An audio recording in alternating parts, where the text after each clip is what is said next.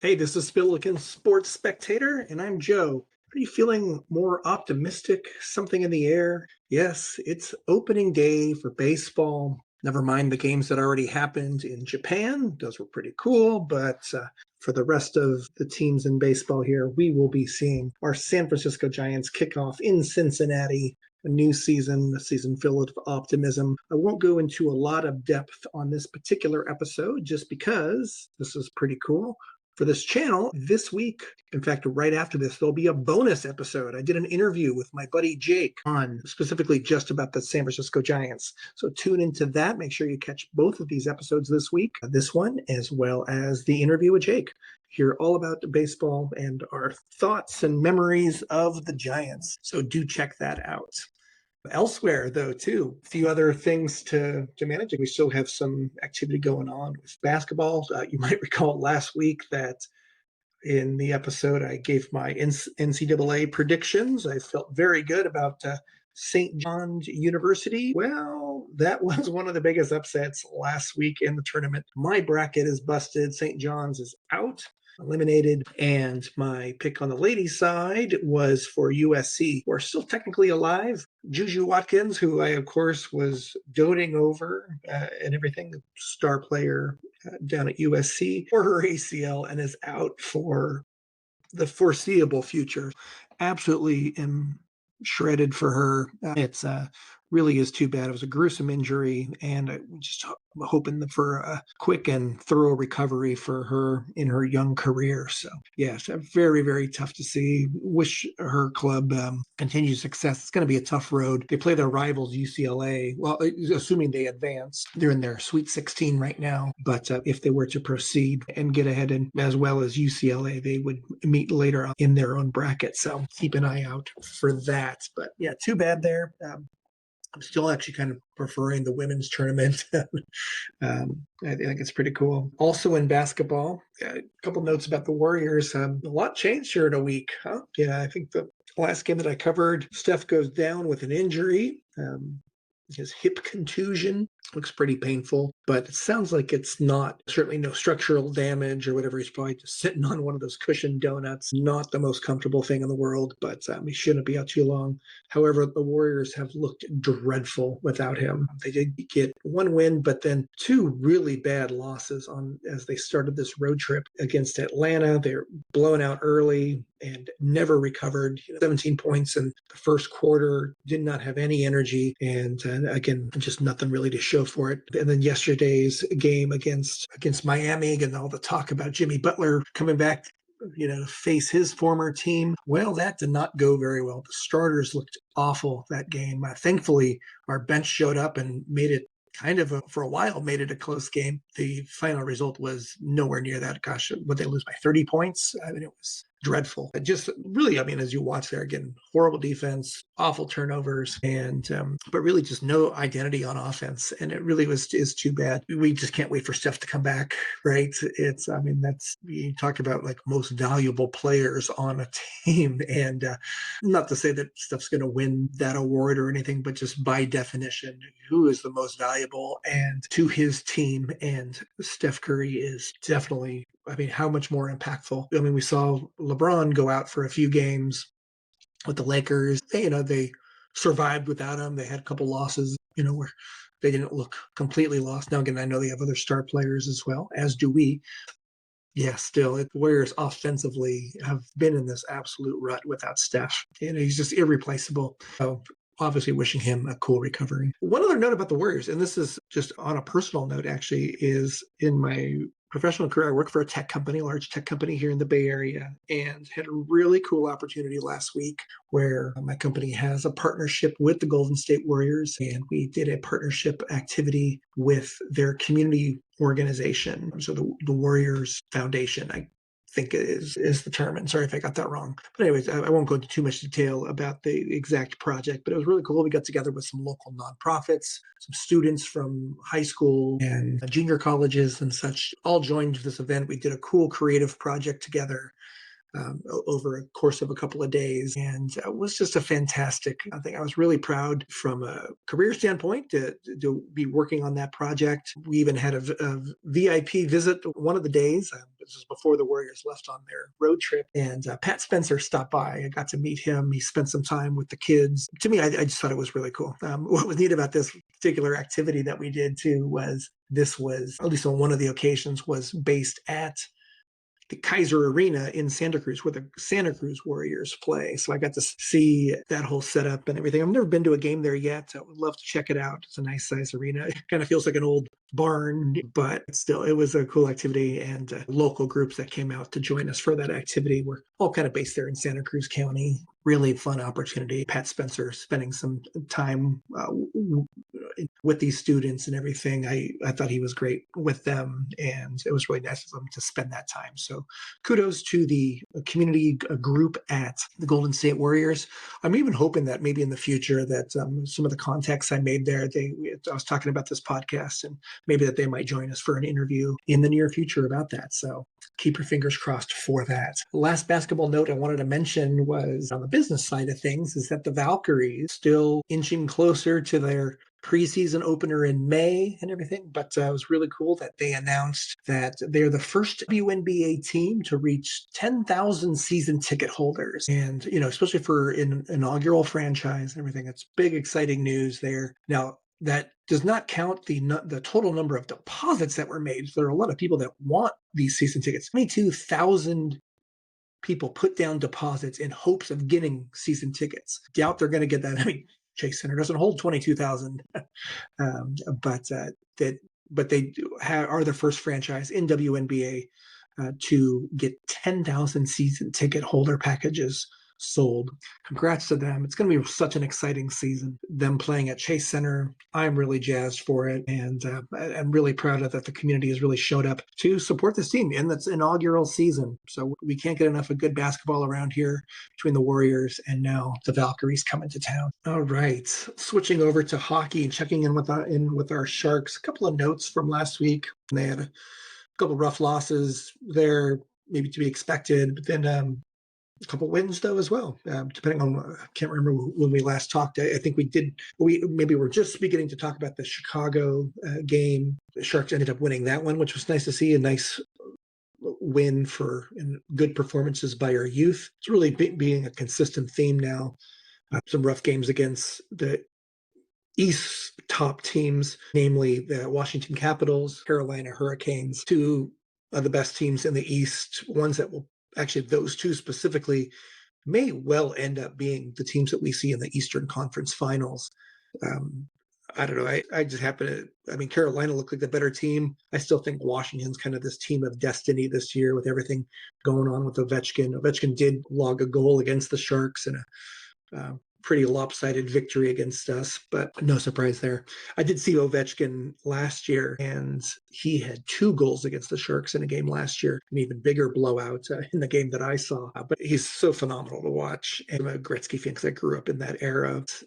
At the same time, I do find myself rooting for Alex here. It's no question that he's going to break this goals record. For the longest time, I thought that was going to be an unbreakable record.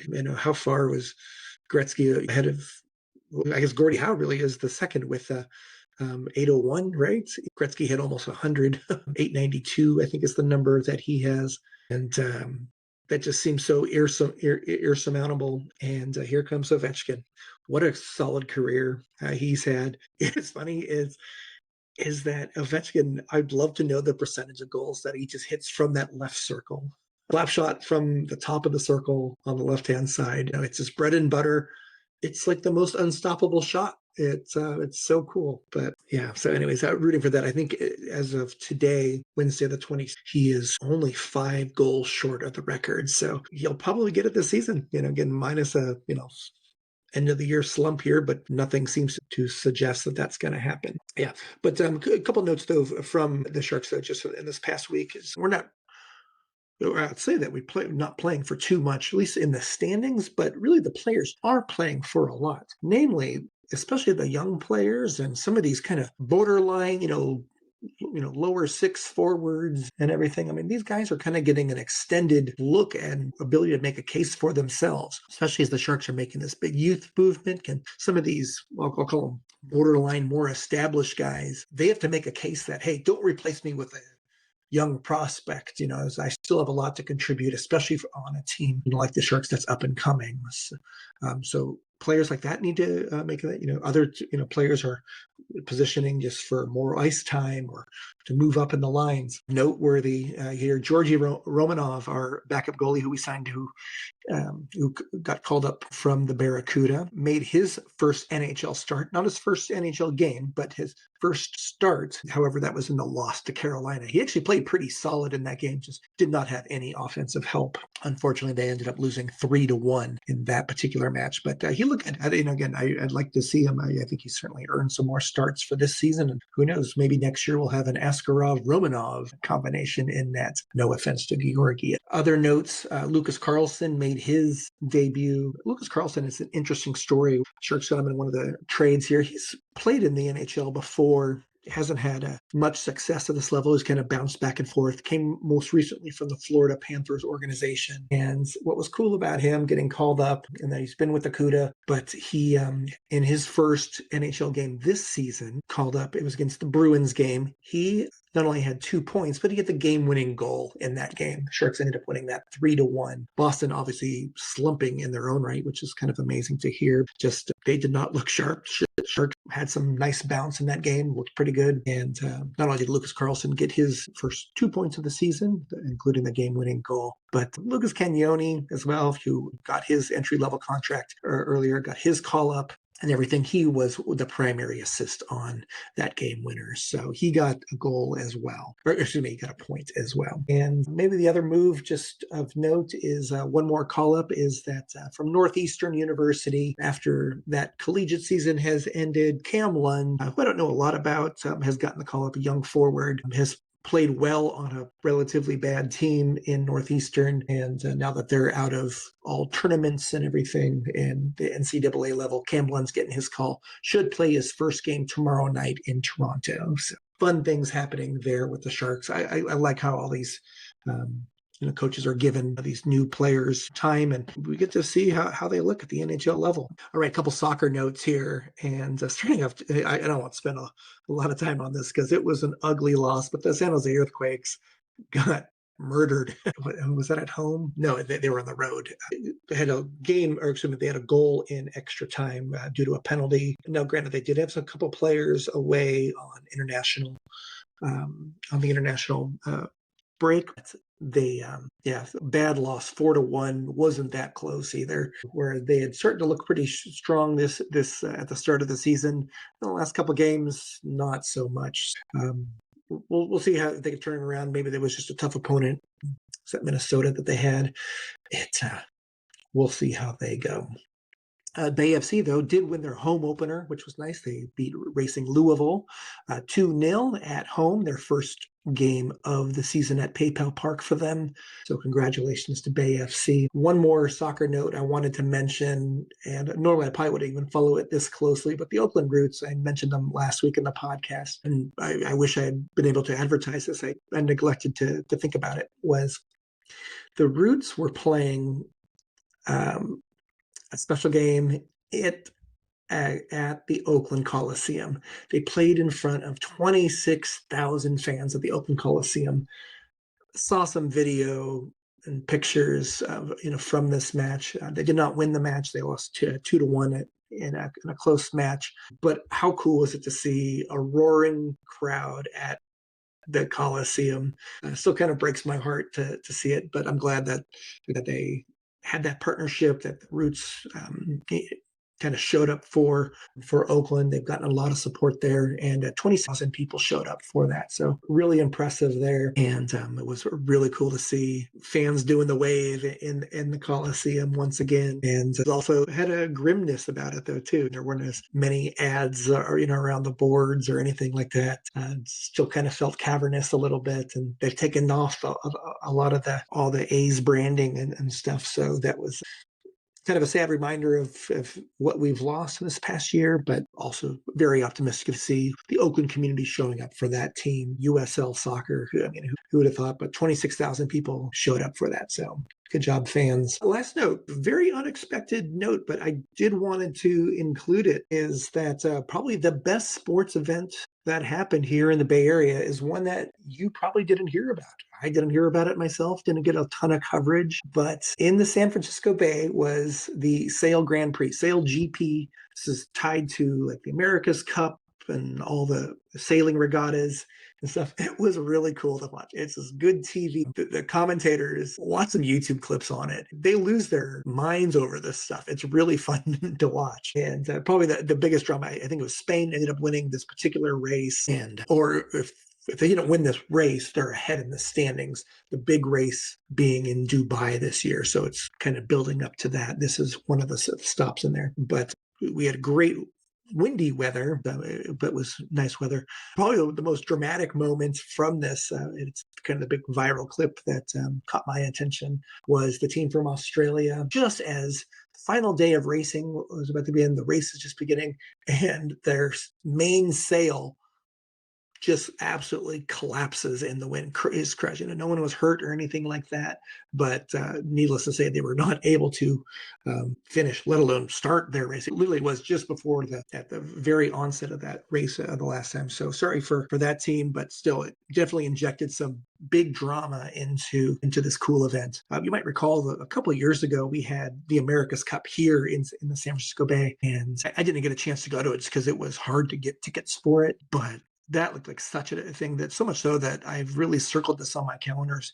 I think it comes back in a couple of years. Maybe it's 2028, if I recall. And when it comes back here again, what a cool event. It's not one that gets a lot of publicity. When you do see it, it's one of those shows. It's well televised, some big interest about it. I like it just as much as the Formula One stuff, and I know that's maybe blasphemous to others, but yeah, these sailors, man, they get it so into it. And maybe the other big Bay Area connection too, especially to the pro sailing community, is that Larry Ellison is CEO of Oracle, of course, and he is a huge investor and owner in this. It's Team Oracle, I think, is the main sponsor. So if you ever go to Oracle's headquarters in Redwood Shores, he has one of his sailing boats like right there in front of his headquarters. So it's a passion that he is spares no expense on this particular one. So much so, there was this article years ago. It was really funny. Gosh, it's probably 10 years old now, or whatever. But it was a really funny article about, maybe it was a leaked email or something, but it was Larry Ellison's accountant writing to him, talking about his financial stability. Of course, Larry Ellison being one of the richest people in the world, like the one black mark against Larry Ellison's financial management is like, hey man, you gotta curb your spending on this hobby of sailing. He's like, it is out of control. And hey, when you're a multi-bazillionaire or whatever, you could spend your money however you want, of course. But I just got a kick out of that. It was a funny exchange there. So anyways, keep an eye on that. Again, if it ever comes back, or at least check out the clips of it from San Francisco Bay. Again, it was really cool to see San Francisco, the skyline in the background and everything. In particular, this is kind of right by, no surprise, right by the Palace of Fine Arts is there in the background and everything like that. But it was really cool to see. And it's a fun sport to watch. It's cool TV. It's very fast moving, of course. Next time it comes to town, do make an effort to check it out, as I will. All right. Well, I think that covers the topics that I wanted to hit on today. The big thing, do check out that other special bonus episode that I have also released today, covering the Giants and baseball's opening day. Very excited for baseball to kick off this year. Thanks to my buddy Jake for joining me for the interview. Check that out. And thank you, as always, for tuning in to Silicon Sports Spectator. I'm Joe, and I'm out.